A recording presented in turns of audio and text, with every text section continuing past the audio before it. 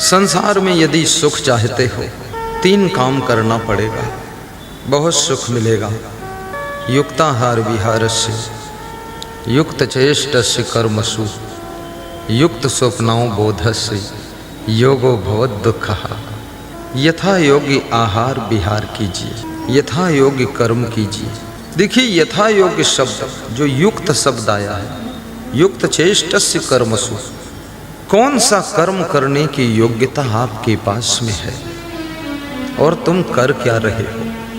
1000 quintal load लेकर के चलने वाला ट्रक यदि 1 किलो वजन लेकर जा रहा है तो इस ट्रक की बहुत बड़ी बदनामी है। तुम कितना बड़ा कार्य कर सकते हो और कितने छोटे छोटे कार्यों में फंसे पड़े हो। सोचो जरा इसको, कहाँ तुम अर्झे ही हो। कितने लोग अपनी जिंदगी को साधारण चीजों में अरुझा के रख लेते हैं और उसी में जिंदगी भर फंसे रहते हैं। मैंने सुना है एक आदमी मेले में गुब्बारा बेच रहा था। जब उसके गुब्बारों की बिक्री कम हो जाती थी तो 2-4 गुब्बारा आकाश में उड़ा देता था। आकाश में रंग बिरंगे उड़ते हुए गुब्बारे देख करके बच्चे मचल उठते थे और अपने अपने मम्मी पापा से हट करते कि मैं भी गुब्बारा लूँगा, मैं भी लूँगा। तो उस गुब्बारा बेचने वाले की बिक्री बढ़ जाती थी, भीड़ हो जाती थी, तुरंत बिकने लग जाती थी।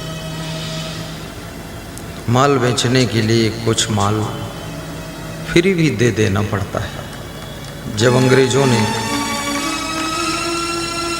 चाय का प्रवेश किया इंडिया में तो सबसे पहले फ्री चाय पिलाया। आज वही चाय आधा कप पानी 10 रुपये का 5 रुपये का मिल रहा है। सोचिए, शुरू में फ्री थोड़ा, जियो कंपनी ने शुरू में फ्री कर दिया। जब फ्री कर दिया तो हिंदुस्तान के लालची लोग फ्री पर टूट पड़े, सभी कंपनियों का कनेक्शन कटवा दिया तो फ्री में चले गए। बाकी कंपनियां ठप हो गईं, बर्बाद हो गईं, जियो कंपनी केवल रह गई। जब उसने समझ लिया कि अब दूसरा कोई ऑप्शन नहीं बचा है तब उसने चार्ज लागू कर दिया। तो जितना 1-2 साल फ्री दिया था, पूरे हिंदुस्तान के लोग उसके कस्टमर हैं, सब वसूल कर लिया। अब लोगों के पास ऑप्शन भी नहीं है कि अब यही एक है, क्या करोगे, अब जितना चार्ज लेगा देना ही पड़ेगा। उसने मार्केट में अपने आप को केवल रखा, बाकी को निकाल कर बाहर कर दिया। याद रखना, कोई भी क्षेत्र में जब तुम इकलौते हो जाते हो तब तुम्हारा साम्राज्य स्थापित हो जाता है, और जहाँ बहुत भीड़ होती है वहाँ तुम्हारी खींचातानी बहुत बनी रहती है। ये बहुत बड़ी बात है। बिजनेस कोई साधारण बुद्धि का खेल नहीं है। बिजनेस में परिणामदर्शी अग्र सोची बुद्धि की आवश्यकता पड़ती है। जमाने के अनुसार बिजनेस के पैटर्न में परिवर्तन, रूपरेखा में बदलाव लाना पड़ता है। राजनीति भी पुराने ओल्ड मॉडल की अब नहीं रही है। राजनीति में भी बहुत खिलाड़ी आदमी की आवश्यकता है, और वो आदमी सब जगह ज़्यादा सफल होता है जिसके अंदर सम्मान की चाहत नहीं है, जो सबको सम्मान देना चाहता है और खुद के सम्मान की याद भी नहीं जिसको है, वो व्यक्ति कभी असफल नहीं होता है। और दूसरों को सम्मान देने वाले लोग कभी अपमान के पात्र नहीं होते। इसलिए हमेशा दूसरों का ख्याल करो। ये सृष्टि आपका ख्याल करेगी। वो गुब्बारा बेचने वाला चतुर था, 2-4 गुब्बारे उड़ा दिए, ग्राहकों की भीड़ लग गई, गुब्बारे बिकने लगे। गुब्बारा विक्रेता मुस्कराने लगा दुकानदार की जब बिक्री खूब होती है तो उसके चेहरे पर ताजगी आती है। जब बिक्री कम होने लग जाती है दुकानदार के चेहरे पे सुस्ती आती है। और याद रखना, जो दुकानदार बहुत बुद्धिमान है, जिस समय ग्राहक कम होते हैं तो सुस्ती नहीं आने देता है, थोड़ी देर प्रवचन सुनता है और मस्ती में डूब जाता है। थोड़ी देर बाद फिर ग्राहक आ जाते हैं तो फिर ताजगी लेने लग जाता है। कभी मुखमंडल पर निराशा मत लाइए, हतोत्साहित मत होइए, हमेशा प्रसन्न मुखमंडल बनाकर रखिए, क्योंकि प्रसन्नता भी एक बहुत बड़ी संपदा है। थोड़ी देर प्रसन्न रहना आसान चीज है। अकेले में हंसना, अकेले में खुश होना, अकेले में प्रसन्न होना, ये आपकी साधना का परिणाम है। कभी कभी अकेले भी हंसा करो, कभी कभी गुरु का प्रवचन सुनते सुनते ठहाका लगाया करो।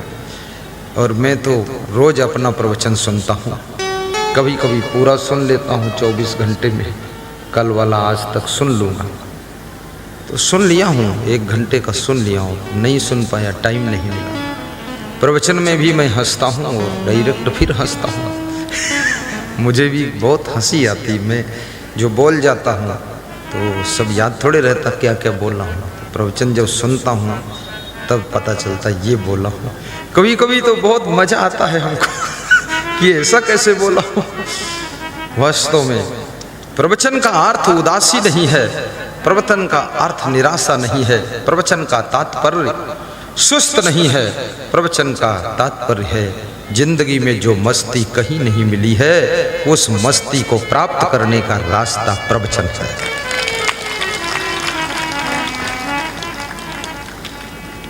भगवान राम के जीवन में संघर्ष तो थे, लेकिन हमेशा वे मुस्कराते रहते थे।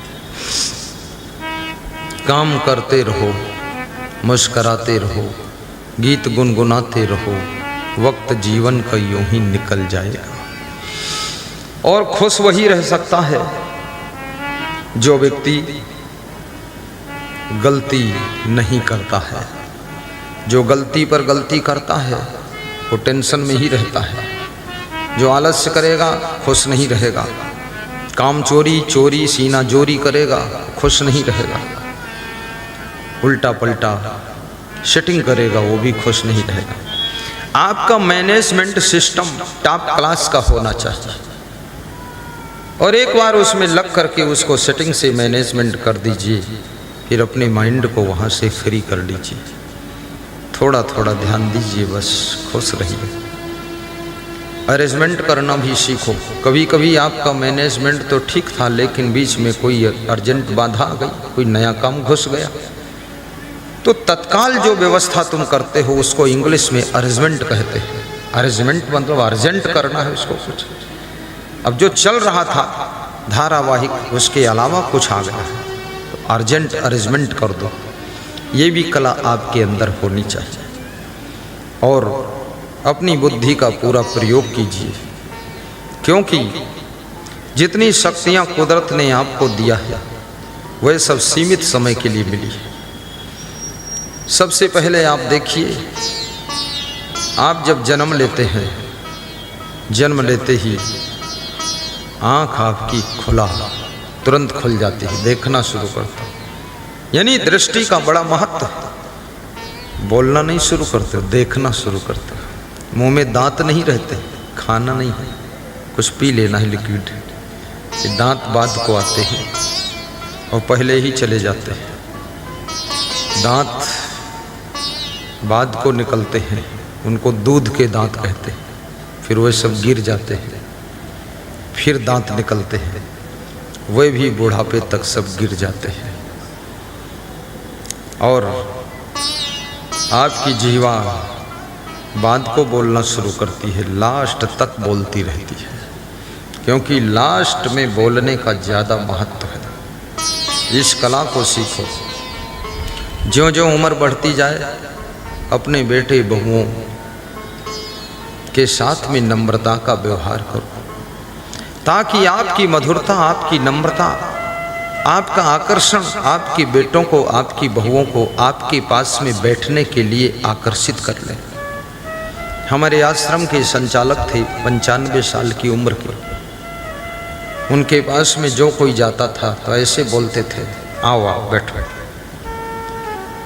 95 साल का बुजुर्ग महात्मा आश्रम का संचालक रहा, जिसने संस्था खड़ी किया, जिसने मुझे प्रवचन सिखाया, सब कुछ।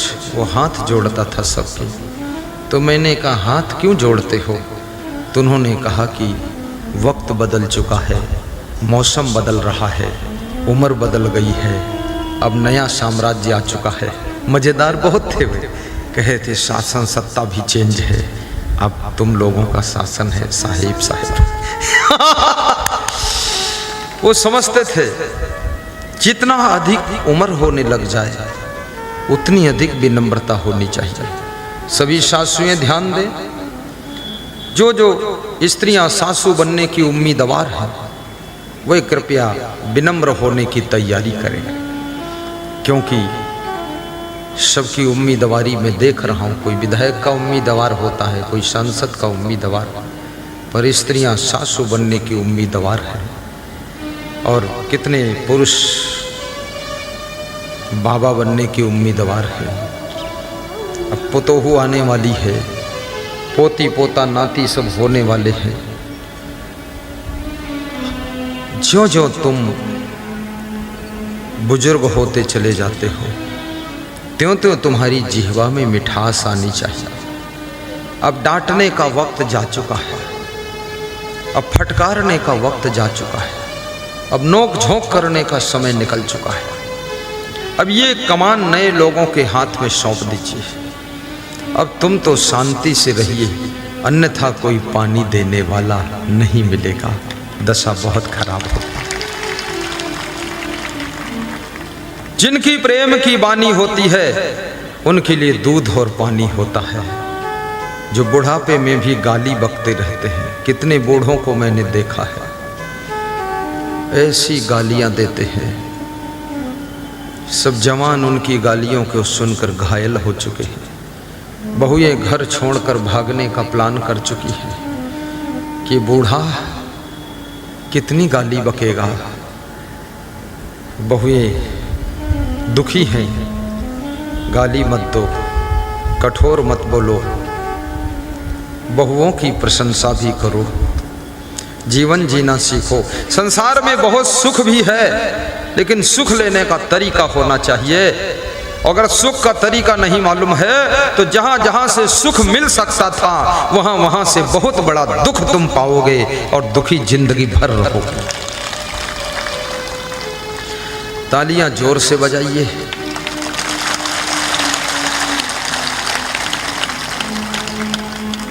महिलाएं बहुत खुश हैं कि खूब प्रवचन सुना दो, जाने के बाद सब लागू कर दूंगी। हाँ। गाली देने से तुम्हारी वाणी की कीमत कम हो जाती है और वाणी की आदत बिगड़ जाती है। सारा जीवन आदतों की जंजीर में बंधा हुआ है। मन भी आदत पकड़ता है, शरीर आदत पकड़ता है, वाणी भी आदत पकड़ती है, आपका स्वभाव भी आदत को पकड़ता है और आपका चरित्र भी आदत को पकड़ता है। सारा जिंदगी का सिस्टम आदतों के जाल में फंसा हुआ है। मीठा खाने की आदत हो जाए, डॉक्टर मना करेगा तो भी तुम चुपके से खा लोगे। ज़्यादा मिर्चा खाने की आदत हो जाए, गुरु नियम लागू करेगा मिर्चा खाना मना है, तो मिर्चा भी कोई बहुत बड़ी चीज़ नहीं है, लेकिन चुरा कर खाओगे। ये आदत बड़ी खतरनाक है।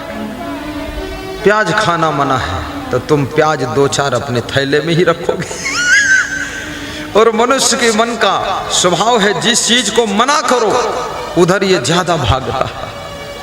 तुम देख लो मना करके फिर क्या हालत होती है। और ऐसे सामान्य रहो तो सोचता है जब चाहूँगा तो मिल जाएगा, कोई बात नहीं। इसलिए पुड़िया खाने वाले कि जेब देख लो 2-4 पुड़िया धरी मिलेंगी। क्यों?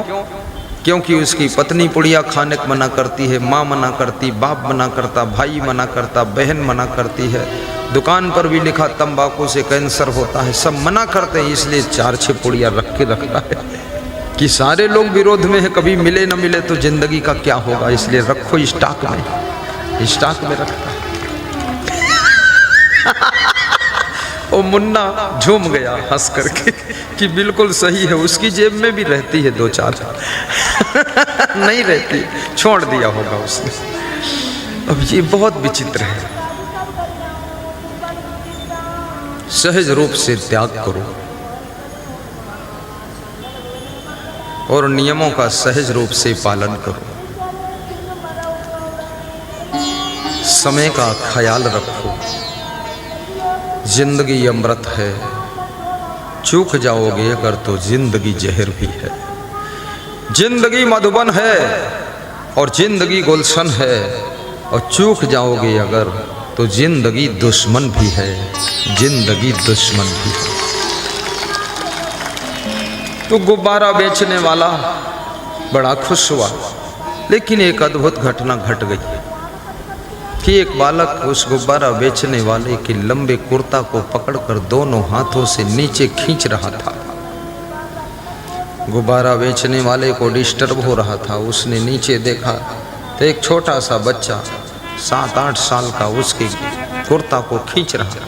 तो उसने कहा, कुर्ता क्यों खींचता है? गुब्बारा लेना है तो ले ले, कुर्ता क्यों खींच रहा है? बोले बात भी करना है। बोले 8 साल का बच्चा, तू बात क्या करेगा? बोले जरूरी बात है। मैं पूछना चाहता हूं, ये जो लाल रंग का गुब्बारा उड़ रहा है, हरे रंग का उड़ रहा है, तो क्या काले रंग का गुब्बारा भी उड़ सकता है? तो इस गुब्बारा विक्रेता ने कहा, गुब्बारा रंग से नहीं उड़ता है बेटा, गुब्बारा के अंदर हीलियम गैस भरी हुई है, एक गैस के प्रभाव से उड़ता है। रंग कोई भी हो उड़ सकता है। बोले रंग कोई भी हो, गुब्बारा उड़ सकता है, इसमें हीलियम गैस भरी है। तो मैं दादाजी ये पूछना चाहता हूँ कि आप गुब्बारा कब से बेचते हैं? बोले मुझे तो 40 साल हो गए गुब्बारा बेचते बेचते। बोले इसके पहले? बोले मेरे बाप भी गुब्बारा बेचते थे। उसके पहले? बोले बाप के बाप भी गुब्बारा बेचते थे। कितने लोगों के घरों में पीढ़ी दर पीढ़ी से वही धंधा होता चला आता है। लेकिन याद रखना, हर व्यक्ति को अपने संस्कारों के अनुसार धंधा पकड़ना चाहिए।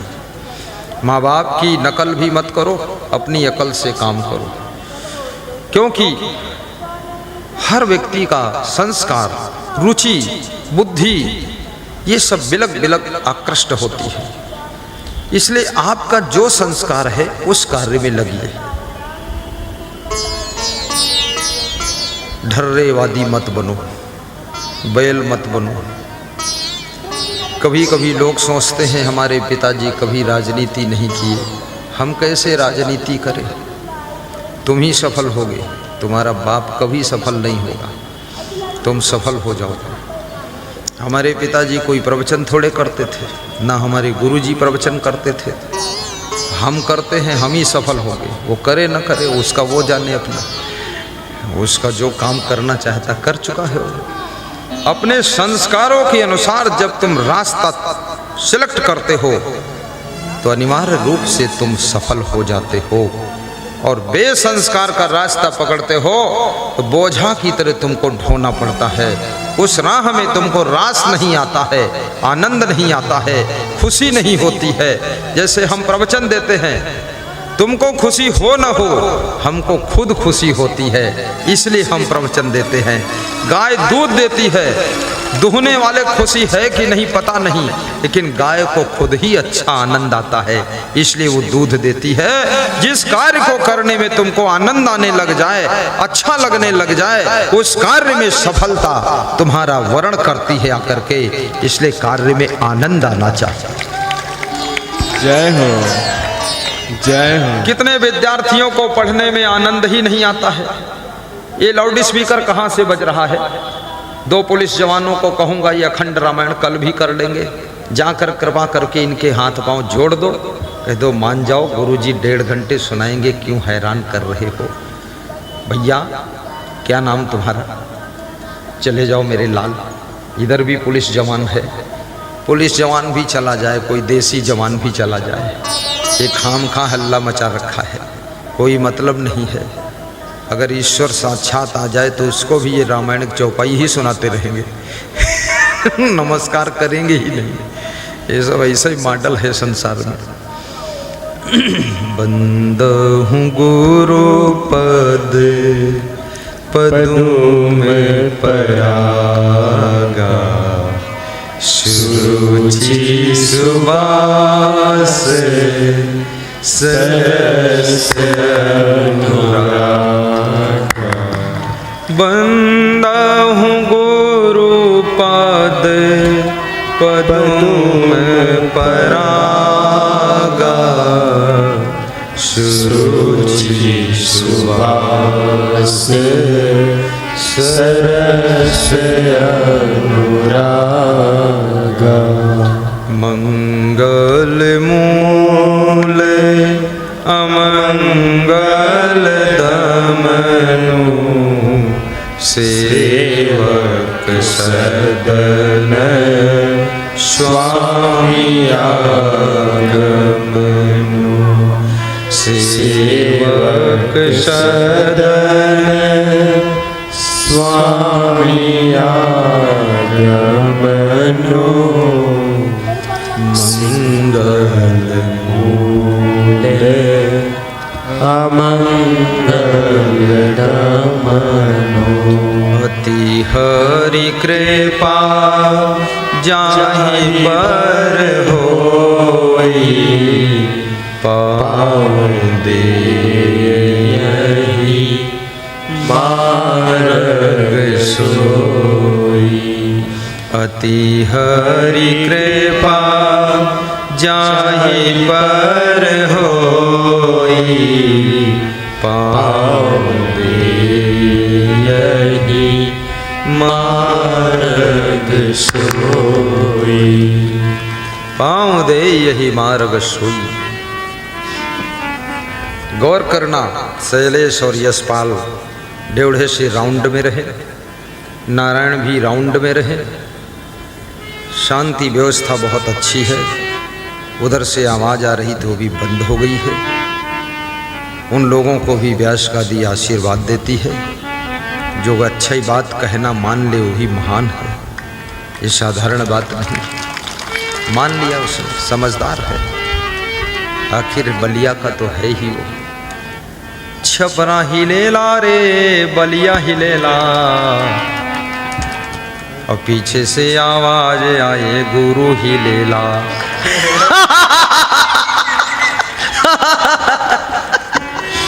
बचपन में एक गाना गाती थी कैसेट, तो सुनता था मैं।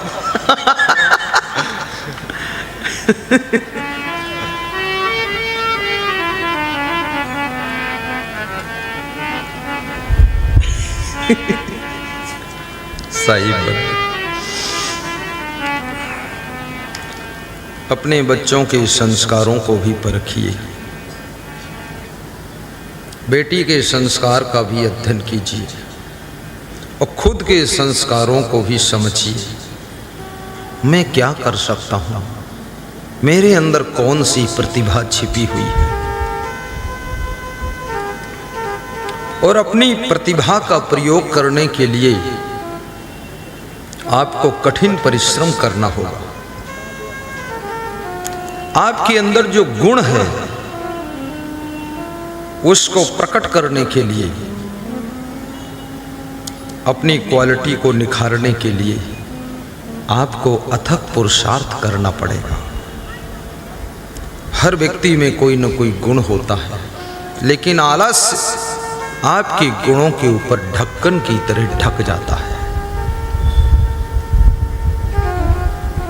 और जो व्यक्ति अपनी प्रतिभा को निखार नहीं सकता है, याद रखना, वो व्यक्ति इस संसार में चमक नहीं सकता है। आराम, अधिक आराम भी आपके भाग्य को धुंधला कर देती है।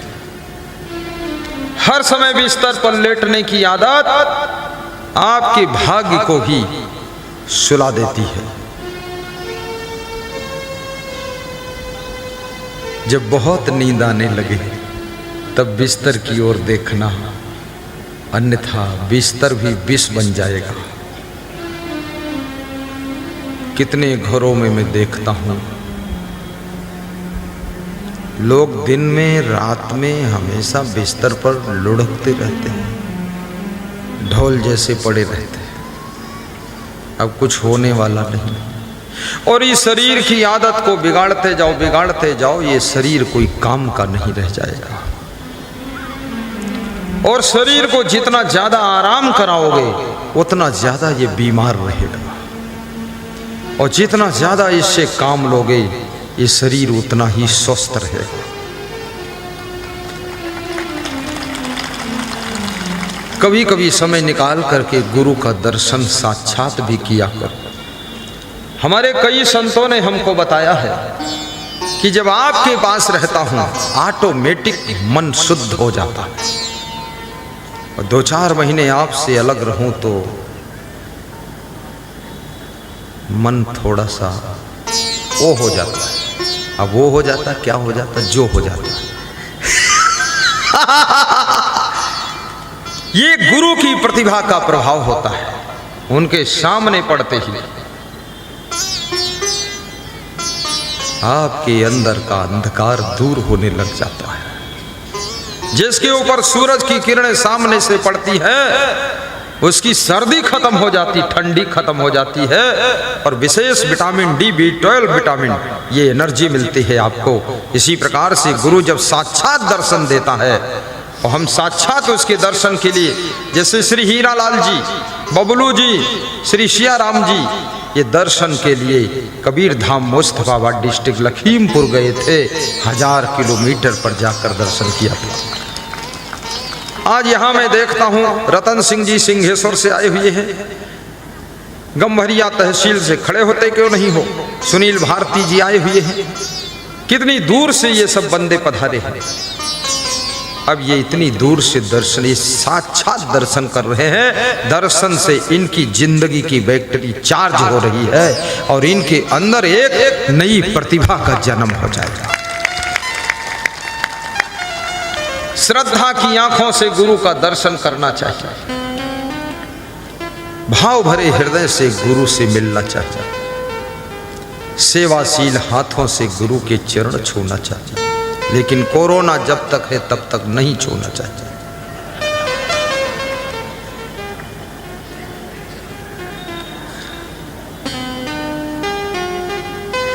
गुब्बारा बेचने वाला व्यक्ति उस बालक से पूछता है, तो मेरा कुर्ता क्यों खींच रहा है? उसने कहा, मैं ये पूछना चाहता हूं, जब ये हर रंग का गुब्बारा हीलियम गैस के कारण उड़ सकता है, तो आप 40 साल से गुब्बारा बेच रहे हो, क्या कोई और बड़ा काम तुम नहीं कर सकते हो? तुम्हारे अंदर भी तो संस्कारों की हीलियम गैस भरी हुई है, कुछ इससे और ऊंची उड़ान भर सकते हो। उस गुब्बारा बेचने वाले के दिल के ऊपर ये शब्द प्रभावित कर गए। किस व्यक्ति के शब्दों से तुम्हारे भीतर सोई हुई शक्तियां जागृत हो सकती है, ये शुभ वक्त जब आता है तो किसी के शब्द तुमको गहरी नींद से जगा देते हैं।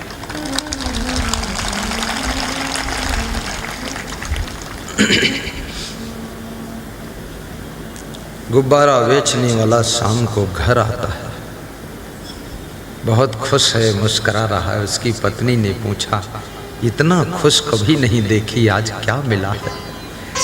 उसने कहा, आज छोटे से बालक ने मेरे अंदर बहुत बड़ी शक्ति जागृत कर दिया है। अब मैं गुब्बारा नहीं बेचूंगा, कुछ और करूंगा। उस व्यक्ति ने गुब्बारा बनाने की फैक्ट्री लगाया और वो व्यक्ति 10 जिलों का सप्लायर बना, वो बहुत बड़ा सेठ बना। फिर उसको खड़े होकर गुब्बारा नहीं बेचना पड़ा, बल्कि फैक्ट्री में बैठकर मैनेजमेंट करना पड़ा। याद रखना, तुम्हारे अंदर कौन सी सामर्थ्य छिपी हुई है, तुम क्या नहीं कर सकते हो, अपने अंदर टटोलो हम क्या हैं।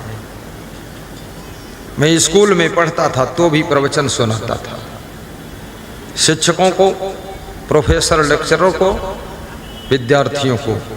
पीरियड खाली होता था, लोग इकट्ठे हो जाते हैं, तो वह लोग कहते थे और सुनाओ और सुनाओ।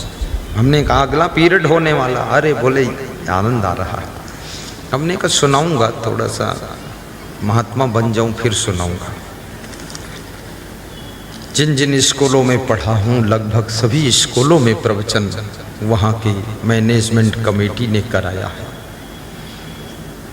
और सभी आज भी हमसे जुड़े हुए हैं, और उनको हम बहुत प्रेम भी करते हैं। ऐसा नहीं है, हम प्रेम रखते हैं उनसे।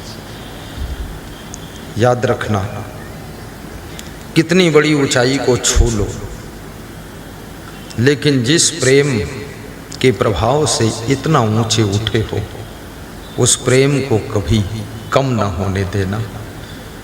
प्रेम वही बनाए रखना, तो तुम हमेशा ऊंचे उठते जाओगे, ऊंचे टिके रहोगे।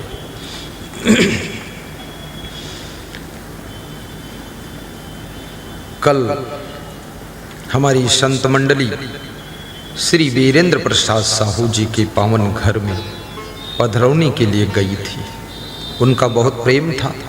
श्रीमती राधा देवी साहू और उनकी पतोहू ने सब ने मिल करके पूड़ी,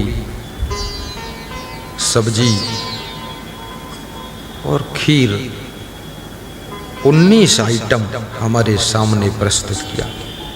मैंने देखा तो मेरा मन खुश हो गया कि वीरेंद्र हर साल एक बार बुला लेना, कम से कम 19 आइटम तो मिलेंगे।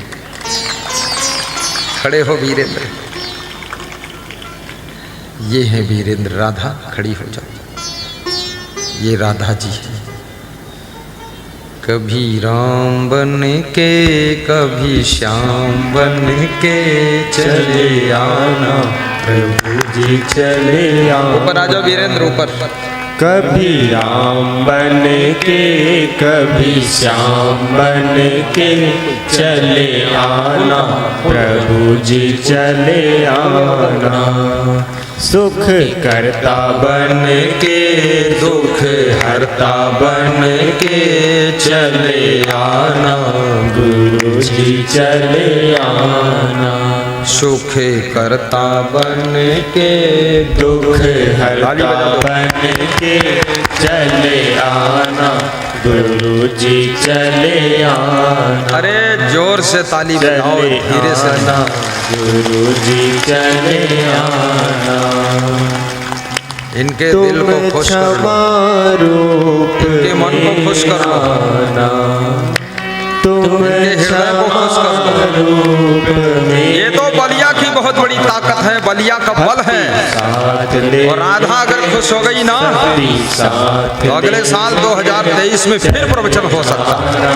प्रभु जी चले आना, कभी राम बन के कभी श्याम बोल रहे, सही बात है। चले आना, गुरु जी चले आना।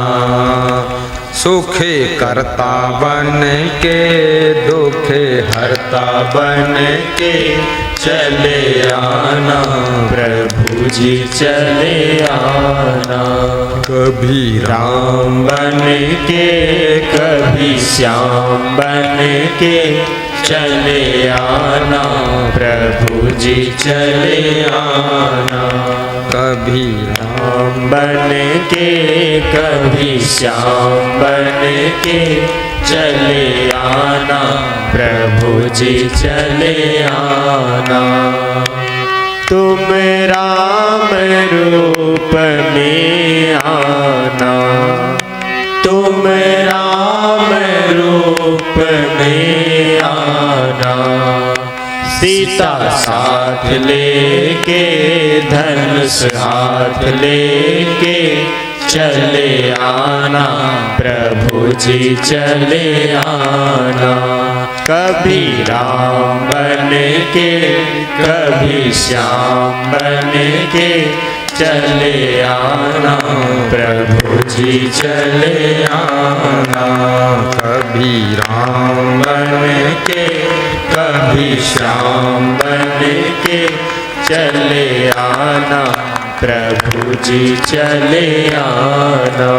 बोलिए सद्गुरु भगवान की जय, संत भगवान की जय, भक्त भगवान की जय। साहिब बंदगी। सद्गुरु कबीर साहिब ने एक बहुत बड़ी बात कहा है। किसी भक्त ने उनसे पूछा है कि मनुष्य में कौन सी चीज बहुत बड़ी है जिसके कारण मनुष्य का आदर होता है। तो कबीर साहब कहते हैं, मानुष तेरा गुण बड़ा मानस न आवे काज, हाण न होते आभरण तो चान बाजन बाज। हे मानव, तेरे गुण तुझको बहुत बड़ा बना देते। तेरा मांस, तेरी त्वचा, तेरी हड्डियां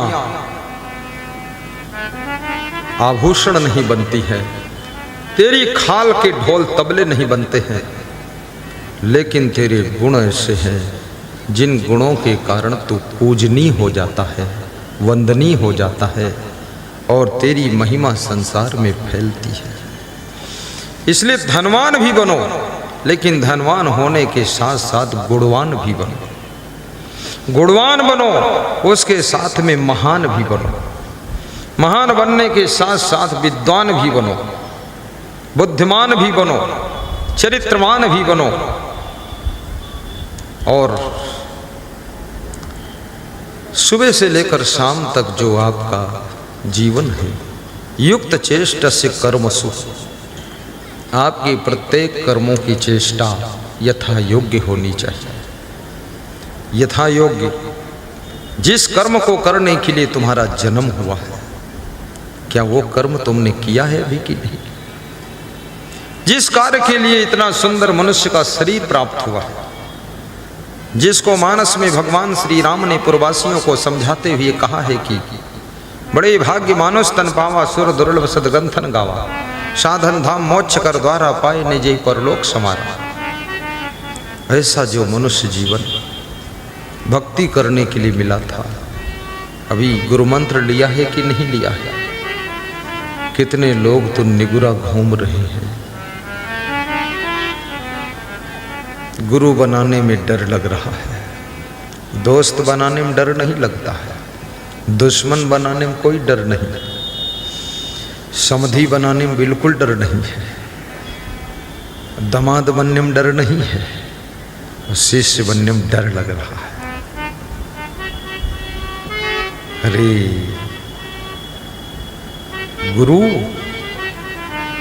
गुरु मंत्र लेने के लिए ही मनुष्य का शरीर मिला है। कैसे तुम डर रहे हो? ये छोटी छोटी इंद्रियों को बस में नहीं कर पा रहे हो। ये मांस, ये मछली, ये अंडा, ये मुर्गा, ये शराब, ये बीड़ी, ये गांजा, चरस, तंबाकू, इसके इतने गुलाम हो गए कि तुम भक्ति छोड़ रहे हो इसके लिए। एक सज्जन मुझसे कह रहे थे कि थोड़े दिन छूट दे दो, 2-4 साल बाद गुरु मंत्र ले लूँगा। तो हमने कहा क्यों छूट क्यों? बोले अभी दांत मजबूत हैं तो हड्डी चबाते बन जाता है, और 6-7 साल बाद बुढ़ापा आ जाएगा, दांत भी कमज़ोर हो जाएंगे तो हड्डी चबाते नहीं बनेगा, तो मांस भी छोड़ दूंगा और गुरु मंत्र ले लूँगा। ये कौन मॉडल की भक्ति है?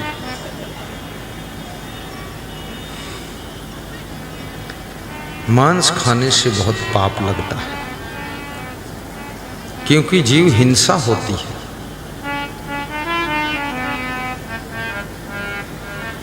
अंकुर भखे सुमानवा मांस भखे सो स्वान। मांस भखे वो कुत्ता है, शास्त्र ने उसको कुत्ते का स्थान दिया, मांसाहारी मनुष्य को। मांस भखे सो स्वान, स्वान माने कुत्ता है। अंकुर भखे सो मानवा, अंकुरण से उत्पन्न हुई चीजें, दाल चावल सब्जी रोटी खाए वो मानव है, मांस खाए वो कुत्ता है। जीव बधे सो काल है, सदा नरक परमान। जो जीवों का वध करे वो काल है। अब काल का काल महाकाल है। जीव हिंसा छोड़ो, जीवों पर दया करो। कबीर से किसी भक्त ने पूछा कि सबसे बड़ा धर्म क्या है, तो कबीर कहते हैं जीव दया और आत्म पूजा, कहीं कबीर धर्म नहीं दूजा। इससे बड़ा कोई धर्म नहीं। और मांस मछली में है क्या? मछली कितनी गंदी होती है, जितनी गंदगी है, जल की गंदगी, मल की गंदगी, सब मछली खाती है। नाक, थूक, खखार, बलगम, गोबर, कोढ़ी, अपाहिज, मुर्दा सब मछली खाती है। और उस मछली को आदमी खाता है। आदमी है तो हिम्मत वाला, इतनी गंदगी एक साथ थोक में खाता है और फिर कहता है टेस्ट निराला आता है। हाँ, तो इतनी गंदगी एक साथ मिलेगी कहाँ, टेस्ट तो आएगा ही। कितना गंदे हैं लोग। जहां मछलियां होती वहां बदबू कितनी आती। बहुत गंदी है मछली, छी छी छी, मत खाना इसको। मूली खाइए, गाजर खाइए, जलेबी खाइए, समोसा खाइए, लेकिन मछली नहीं खाना। मुर्गा भी मत खाइए। घर के आसपास की सारी गंदगी, कीड़ा मकोड़ा सब मुर्गा खाता है और उस मुर्गा को ये आदमी खाता है। रामा रामा हरे हरे, मुर्गी अंडा घरे घरे। किसी किसी गांव में मैं जाता हूं तो हर घर में मुर्गी पली हुई है, हर घर में बकरी है। मुर्गी और बकरी पालो भी मत इनको। आखिर ये सब मारे काटे जाते हैं, बेचने वाले को भी पाप लग जाता है। पालना है, गाय भैंस पालिए, गाय की सेवा करिए, गाय माता है। और गाय जहां रहती है वहां लक्ष्मी का वास रहता है। भारत देश में गौ माता का बहुत बड़ा सम्मान है। यदि गौशाला तुम नहीं खोल सकते हो, महान भक्त श्री राजा राम साहू कह रहे थे कि एक गौशाला जो आपके पास छत्तीसगढ़ प्रदेश में है उससे काम नहीं चलेगा, बिहार में भी गौशाला खोलना पड़ेगा। खड़े हो, बताओ ना। ये भक्त है। एक लड़का इनका सर्जन है, दूसरा बिजनेसमैन। अब दोनों की शादी हो जाए, फ्री हो गए, तो इन्हीं को लगाऊंगा गाय चराने में। हम ये दोनों घूमेंगे गाय के पीछे, ठीक है ना, गुरु चेला दोनों। वो बहुत बड़ा मैनेजमेंट कर देगा। 10,000 गाय तो संभाल सकता है और 10,000 मैं संभाल लूंगा तो 20,000 हो गए। तो हमारे साथ ये 60 चेला, ये 10,000 संभाल लेंगे। तो 6-7 लाख गाय तो हम लोग संभाल ही देंगे, समझ जाएगी ना। बस एक एक बछरू के पीछे दौड़ते रहो।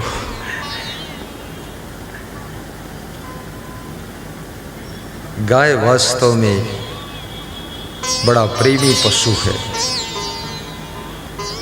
और पशु भी कहना ठीक नहीं।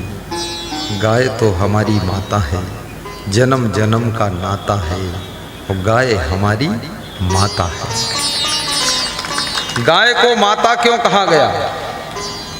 क्योंकि जो जननी माता है वो 6 महीने दूध पिलाती है और जो गौ माता है वो जिंदगी भर दूध पिलाती है, इसलिए गाय को माता कहा।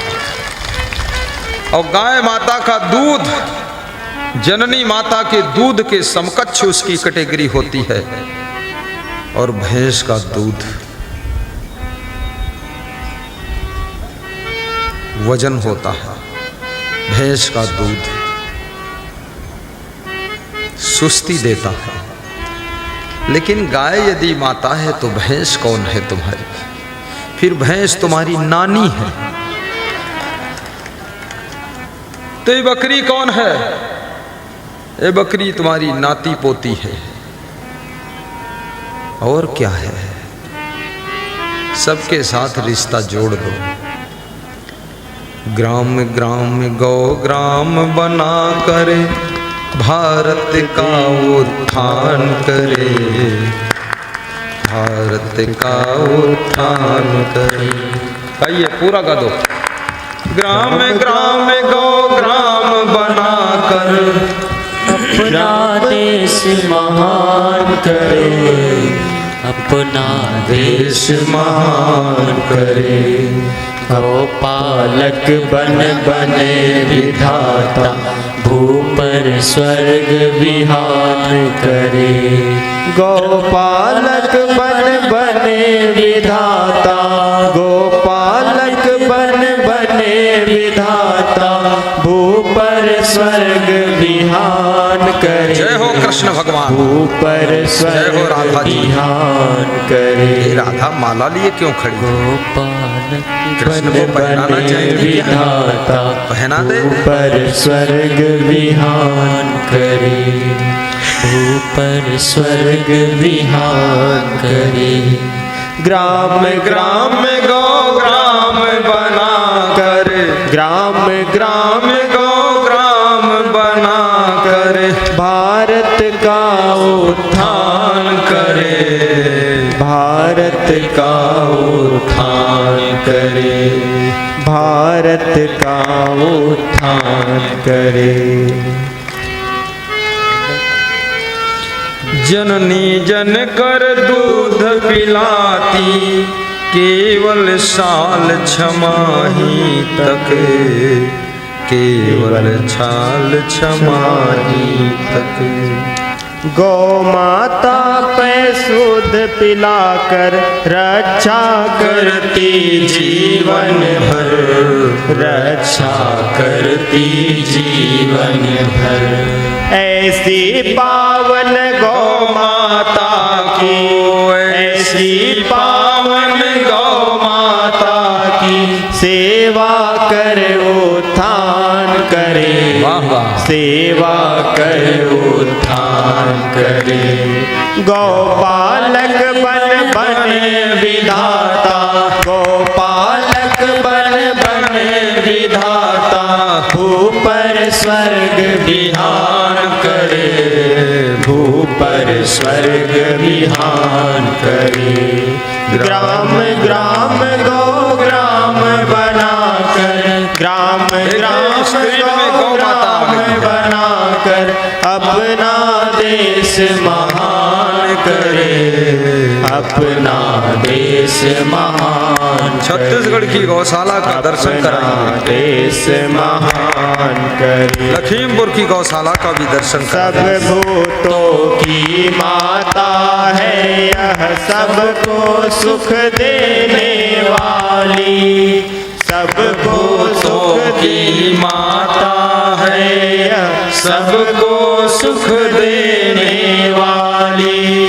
रोम रोम में देव बसे है, भवसागर तरने वाली, भवसागर तरने वाली। पंचगव्य औषधि संजीवनी, पंचगव्य औषधि संजीवनी, तन मन को बलवान करे, तन मन को बलवान करे। गौपालक बन बने विधाता, गौपालक बन बने विधाता, भूपर स्वर्ग विहान करे, भूपर स्वर्ग विहान करे, भूपर स्वर्ग विहान करे। ग्राम ग्राम गौ ग्राम बना कर, ग्राम ग्राम गौ ग्राम बना कर भारत का उत्थान करे, अपना देश महान करे, अपना देश महान करे। बोलिए सद्गुरुदेव की जय। गौ माता की जय। भारत माता की जय। संत समाज की जय। भक्त समाज की जय।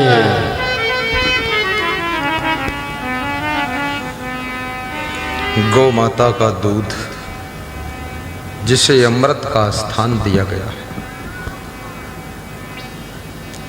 और अमृत कहाँ है? दूध को भी अमृत कहा जाता है। गुरु के ज्ञान को ज्ञानामृत कहा जाता है, और किसी महान पुरुष की वाणी को अमृत वाणी कहा जाता है। गौशाला खोलने की सामर्थ्य यदि नहीं है तो जहाँ गौशाला खोली हो उस गौशाला में घास भूसा, टीन शेड, गौपालक का वेतन, गौसेवा के लिए कुछ राशि हमेशा दान भेजते रहो तो गायों की सेवा हो जाएगी। गाय एक मूक प्राणी है, अपना दुख दर्द वो नहीं कह पाती है। जब माँ का दूध पीना तुम बंद कर देते हो तब गाय माँ बन करके तुमको दूध पिलाती है, और उस दूध की कभी कभी खीर बनाते हो, कभी सेवई बनाते हो, कभी उस दूध के घी से मालपुआ बनाते हो।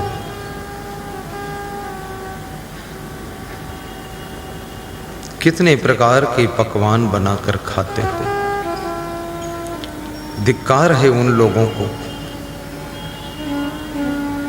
जो गाय के दूध की, भैंस के दूध की सेवई बनाकर पर्व मनाते हैं और दूध तो खाते ही हैं, फिर उस गाय और भैंस को भी खा जाते हैं।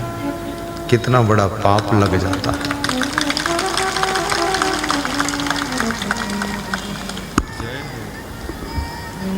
जियो और जीने दो। जीव हिंसा बहुत बड़ा पाप है। एक बार शिव जी और पार्वती जी तीर्थ यात्रा पर जा रहे थे। पुराणों की कथा है, पार्वती जी प्रज्ञावान महिला थी। शिव जी से प्रश्न पूछती है कि हे भगवान, ये जो लोग जीव हिंसा करते हैं इनको कर्म का क्या फल मिलता है? तीर्थ यात्रा का पथ समुद्र के तट के किनारे किनारे था। समुद्र के किनारे बहुत से मछुआरे मछलियां मार रहे थे। एक मछुआरे ने इतनी मछलियां मारकर ढेर लगाया था कि इस तरफ से देखो तो उस तरफ का आदमी दिखाई ना दे, इतना ऊंचा मछलियों का ढेर था। पार्वती ने कहा, हे प्रभु, आप कहते हो कि जीव हिंसा का बहुत बड़ा पाप होता है, तो इस मछुआरे ने इतनी मछलियां मारी हैं, ये रोज मारता है, तो इसको इस पाप का क्या फल मिलेगा? शिव जी ने कहा, इसका उत्तर मैं 12 वर्ष के बाद दूंगा। रतन सिंह, ध्यान देना, 12 वर्ष के बाद। तीर्थ यात्रा करते करते 12 वर्ष बीत गए। 12 वर्ष के बाद लौटे। पार्वती जी ने फिर पूछा, उत्तर? बोले थोड़ा और तसल्ली करो। सड़क किनारे गड्ढे में एक अधमरा ऊंट पड़ा हुआ था, तड़फ रहा था। ऊंट के बदन में लाखों कीड़े पड़े हुए थे। उस अधमरे जिंदा ऊंट को गांव के कुत्ते भी नोच रहे थे, गिद्ध भी नोच रहे थे। ऊंट जीवित था। पार्वती जी को दुख हुआ और पूछा, हे शिव भगवान, इस ऊंट की आत्मा ने कौन से कर्म किए हैं जो इसको जिंदा में ही सब नोच नोच के खा रहे और ये तड़फ रहा। लाखों कीड़े इसके शरीर में पड़े हैं, ये सड़ गया है, उठ नहीं पाता है, भूखा प्यासा, इसको कोई पानी देने वाला भी नहीं। शिव जी ने कहा, पार्वती देवी, ये तुम्हारे 12 वर्ष के पहले जो तुमने प्रश्न किया था उसी प्रश्न का उत्तर है। वही मछुआरा मर करके अपने कर्मों के अनुसार ऊंट का जन्म पाया और वो जितनी मछलियों को उसने मारा था वे सब मछलियां मर करके कीड़े बन करके इसके बदन को जिंदा काट काट कर नोच नोच कर खा रहे। वे अपना बदला ले रही। जो सिर काटे आन को आपन ले कटाए, तुलसी या संसार में बदला कतहु न जाए। जो दूसरों का सिर काटता है, देखने में तो लगता है दूसरे का सिर काट रहा है, लेकिन वो अपना ही काटने का उपाय कर रहा है। कब तक इसको दुख रहेगा हे भगवान? पार्वती, इसको 1 महीना ऐसे ही तड़पना पड़ेगा, 1 महीना नहीं मरेगा ये। इसका पूरा बदन कीड़े पड़ जाएंगे, सब कीड़े नोच नोच कर इसको खाएंगे। गिद्ध भी नोचेंगे, कुत्ते भी नोचेंगे, क्योंकि ये वही मछुआरा है जिसने लाखों मछलियों को मार मार कर व्यापार किया था और खुद भी खाया था। उसी कर्म के फल से प्रभावित होकर के इसको ऊंट का शरीर धारण करना पड़ा है। ये जो आपको शरीर मिलता है, ये कर्म के फल के प्रभाव से ही मिलता है। ये बुद्धि, ये संस्कार, ये स्वभाव, ये सब कर्म का ही फल है। कौन चाहता है कि मैं कम बुद्धिमान बनूं? कोई नहीं चाहता है, लेकिन फिर भी कम बुद्धि है तो क्यों है? ये कर्म का फल भोगने के लिए है। सबको कहाँ प्रखर बुद्धि मिलती है, सबको सुंदर स्वभाव भी नहीं मिलता है, मृदु वाणी नहीं मिलती है। सब कर्म फल भोगने के लिए ही सब मिला है तुमको। जाको विधि चाहे दुख दीन्हा, ताकि मत पहले हरि दीन्हा। जिसको कुदरत दुख देना चाहती है, सबसे पहले उसकी बुद्धि छीन लेती है, उसको बुद्धिहीन बना देती है। बुद्धू नाथ। और वो बुद्धू आदमी जो भी करता है उसमें दुख ही पाता है, क्योंकि बुद्धि के बिना तो कुछ होगा नहीं। और बुद्धि बहुत पुण्य से मिलती है, इसलिए पुण्य करना चाहिए। जिस समय ध्रुव ने अपनी माँ सुनीति से पूछा था कि माँ तुम दुखी हो और छोटी रानी सुखी है, और तुम बड़ी रानी हो पिताजी की, तुम दुखी हो, क्या कारण है? तो सुनीति ने कहा था, हे बेटा ध्रुव, तुम कत दुखी सुखी वाह रानी, सो इतिहास मोहि कहू बखानी। हे माँ, तुम क्यों दुखी हो? छोटी माँ क्यों सुखी है? वो इतिहास हमें वर्णन करके सुनाओ। ध्रुव की माँ कहती है, बेटा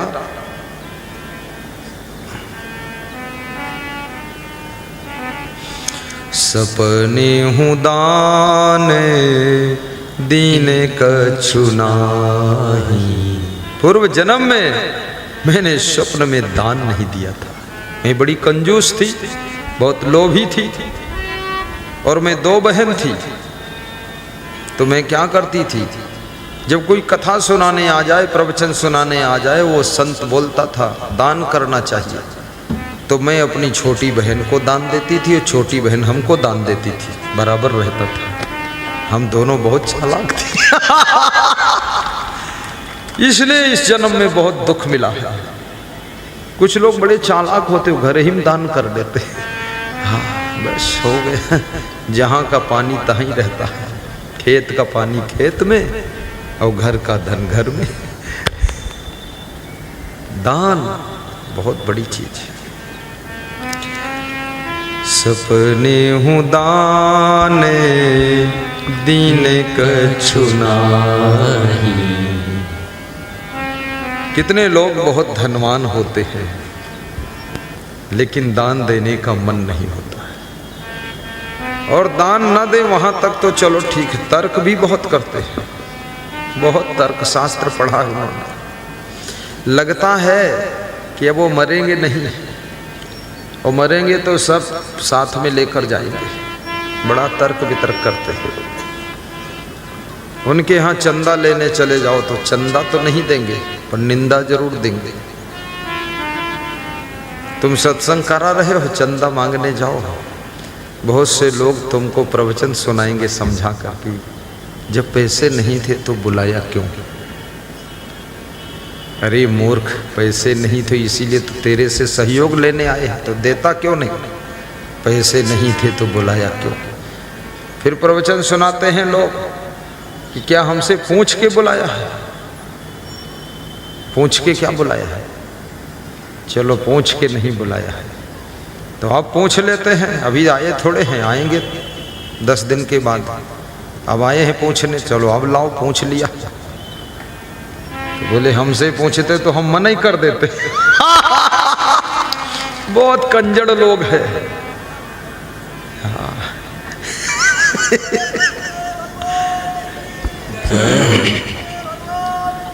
जय जय।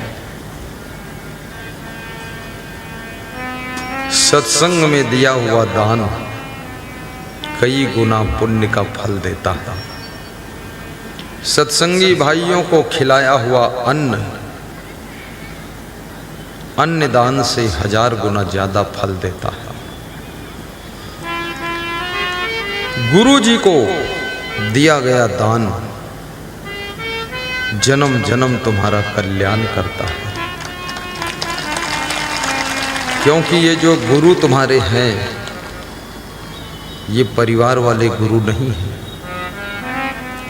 इनके कोई पत्नी बच्चे वाले गुरु नहीं हैं, ये गृहस्थ गुरु नहीं है, ये ढोंगी और भोगी गुरु नहीं है। ये गुरु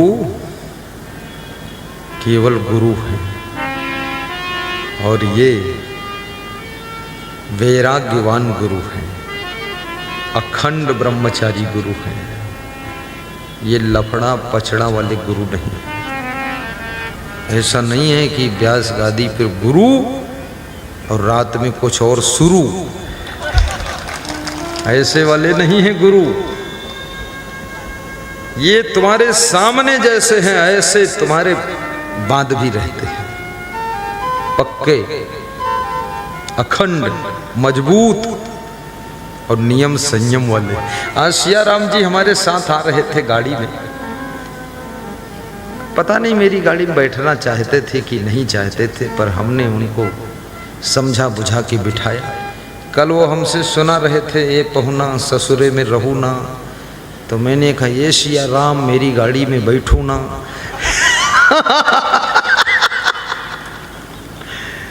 तो बैठ गए तो कुछ चर्चा रास्ते में होने लगी। तो बोले गुरुजी अगर आप कहीं राजनीति में मुख्यमंत्री होते तो अनुशासन बहुत तगड़ा रहता, बहुत संभल जाता मामला, विकास भी बहुत होता। हम तो अजीब ढंग से विकास करते हैं। हम तो ये जो 4 लेन बनाते ना, इसके बीच में फूल लगाते हैं। हम फूल वूल नहीं लगाते। हाँ, जहाँ हाईवे बना वहीं रहता, और जो खंती गड्ढा है उसको छोड़कर उधर दूसरा और बना देते एक हाईवे, तो 2 लेन ये हो गया, 2 लेन वो हो गया, बीच में गड्ढा जो खंती है उसी में जो पेड़ लगे हैं वही फूल पौधे हो गए, बस झंझट खत्म। वो फूल वाले पैसा बच गए तो 4 लेन का 6 लेन बना देंगे। हाँ, ये देश में कोई फूल वूल देखता है? अरे इस देश का हर आदमी खुद ही कांटा है, वो फूल क्या देखेगा? हाँ, वो फूलों में भैंस घूम रही, गाय घूम रही, गधे घूम रहे, फूलों में लेडीज कंडा बना रही है गोबर का पाथ पाथ के, फूल कौन देखता है? अरबों खरबों के सब फूल रौंद गए, सब सूख गए, कोई पानी डालने वाला नहीं। उनको लोकसभा से विधानसभा से फुर्सत ही नहीं है, फूल सूखे जाते। हम रोज देखते, हमको असमंजस पड़ रहा है, तो फूल लगाओ ही मत। वही खंतिम जो बिरवा लगे हैं सब बबुरा उबरा थनिया उनिया बांस वांस वही सब होई का फूल, उसी में वो बमन बेलिया फैला दो, उसी फूल लटकत रही हैं। और माँ भैंसी ब्याजे तो हूँ कुछ फर्क ही न पड़ी। हाँ, और उसमें कोई औरतें भी कंडा वंडा पाथने नहीं जाएंगी, और उसमें इतनी गहरी खंती में हो करके कोई दूसरी रोड को क्रॉसो न करी, कौन वहाँ गड्ढे में उतरे? और इसमें 4 लेन पर गाड़ी चलाओ तो पता नहीं बीच में कोई महात्मा घुस जाए कि औरत घुस जाए कि गाय भैंस निकल पड़े, कोई ठिकाने नहीं। विकास करने का ढंग है। और न्यू बेगूसराय बसा दो, न्यू पटना, वह पटना में सब घसड़ पंच बना रखा है, सब छोटी छोटी गली। वहाँ से 20 किलोमीटर दूर हट के न्यू पटना, हाँ न्यू बेगूसराय और न्यू भागलपुर। और भागलपुर में सब निकल जगह नहीं है, घसड़ पंच बनावत अलग भागलपुर, वहाँ से 15 किलोमीटर दूर बसा दूंगा, 20 किलोमीटर दूर बड़ी बड़ी रोडें बना दूंगा, बात खत्म। 1 लाख दुकानों की मार्केट बन जाएगी, सब करो बेरोजगार, खूब बिजनेस, आनंद आ जाए ये देश के। तो बता रहे थे ऐसा, तो हमने कहा कि राजनीति करने वाले तो बहुत लोग हैं, लेकिन जो मैं बना हूँ साधु बनकर, सच्चे साधु भी बनने वाले बहुत कम लोग हैं संसार में। झूठा लंगोटा बांधे घूम रहे लोग, एक हाथ में लोटा और कमर में लंगोटा और दूसरे हाथ में सोटा, और खाता है आलू गोटा। हाँ, और बात करे झूठा, कोई ठिकाना ही नहीं है।